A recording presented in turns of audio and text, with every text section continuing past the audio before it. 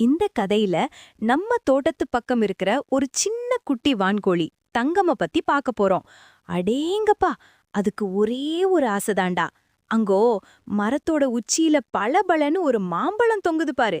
அத சாப்பிடணும்னு ஆசைப்பட்டுச்சு. ஆனா அங்க போறதுக்கு நடுவுல பயந்து நடுங்குற மாதிரி ஒரு கைத்து பாலம் இருந்துச்சு.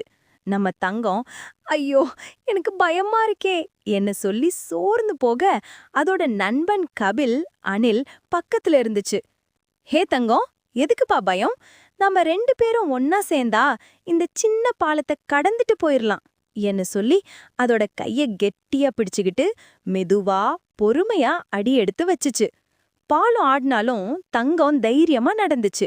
2 பேரும் கரைய அடைஞ்சு அந்த மாம்பழத்தை பறிச்சு மகிழ்ச்சியா அத ஒன்னா பிரிச்சு சாப்பிட்டாங்க.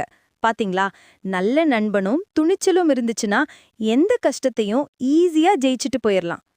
ஹாய் பசங்களா, இந்த பாட்டி கவசம் ஒரே ஒரு லைக் அண்ட் சப்ஸ்கிரைப் பண்ணிட்டு போங்க.